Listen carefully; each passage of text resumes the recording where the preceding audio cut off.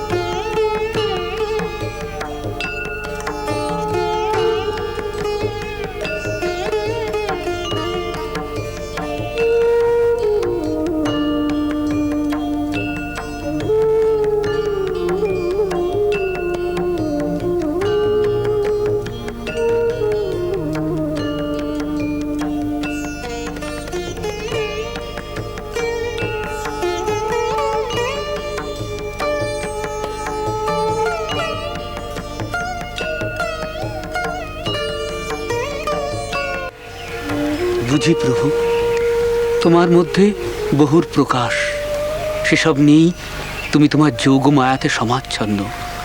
আমরা অল্প বুদ্ধির মানুষজন, তোমার ঋত্য রূপ আমরা বুঝতে পারি না। আমি কি বুঝি জানো, সেই প্রাচীন কাল থেকে পৃথিবীর কোনো এক প্রবল আত্মা এই খোলে এসে ঠাঁই নিয়েছেন। কার কথা বলছিস? সেই অখণ্ড সচ্চিদানন্দ, তিনি এসে বাসা বেঁধেছেন। সেই যে অযোধ্যাতে যিনি এসেছিলেন, জানকী বলল শ্রীরামচন্দ্র ভগবান। হ্যাঁ গো, দুই কালে দুই রূপ, কিন্তু আত্মা তো একই। হ্যাঁ গো, যে রাম যে কৃষ্ণ, সেই তারাই এই খোলের মধ্যে এসেছেন। কেমন জানো, সেই যে রাজারা ছদ্মবেশে নগর ভ্রমণে বেরোতো, সেই তেমনই গুপ্তভাবে ওই আত্মারা এই পৃথিবীতে এসেছেন। রাম কৃষ্ণ।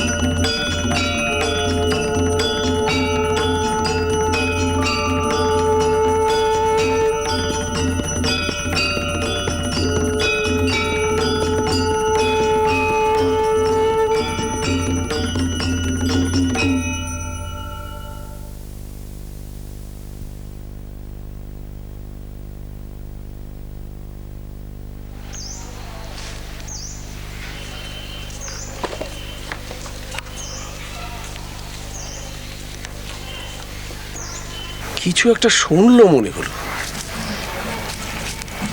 আপনি কিছু শুনলেন পণ্ডিতজি? কই না তো। আমিও না। আশ্চর্য।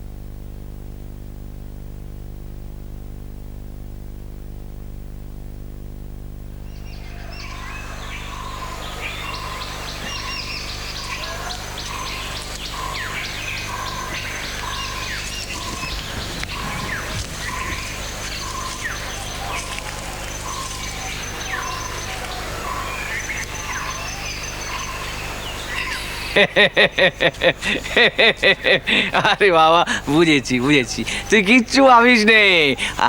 আমি তোর মাকে খুঁজে দেবো, আমি খুঁজে দেবো। আরে বাবা, যাই রে যাই। এই দেখো, এই কাপ্তেন ডাকছে যেন। হ্যাঁ হ্যাঁ, ওই তো কাপ্তেন ডাকছে। আরে কি রে, দেখছিস না ধবল গাইয়ের বাছুরটা ওর মা ছাড়া হয়ে গেছে? হ্যাঁ, শুনতে পাচ্ছিস না? ডাকাডাকি করছে খালি।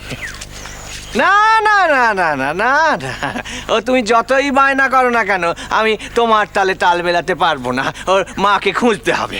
পারবো না, আমি তাল মেলাতে পারবো না।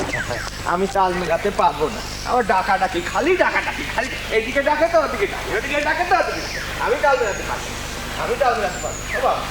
আমি পারবো না, তাল মেলাতে আমি পারবো। তোমার কথা শুনে পদ্ম পণ্ডিত তোমাকে দেখার জন্য আগ্রহ প্রকাশ করেছেন, তারপর তোমার আত্মীয় জেনে তাকে আপ্যায়ন করেছেন। এই খেয়েছে ওই লিদে আবার আমার নাম ভাড়িয়ে ওই গুছিয়ে টুচিয়ে আসেনি তো? সে আবার কি কথা? ও চাল কলা বাঁধা পুরুত, আমার ভাগ্নে, আমি ওকে চিনি।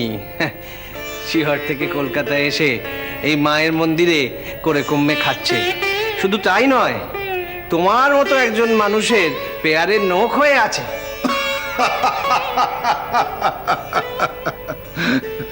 এটা স্বীকার করছি যে হৃদয় ঠাকুরকে আমি একটু পছন্দ করি।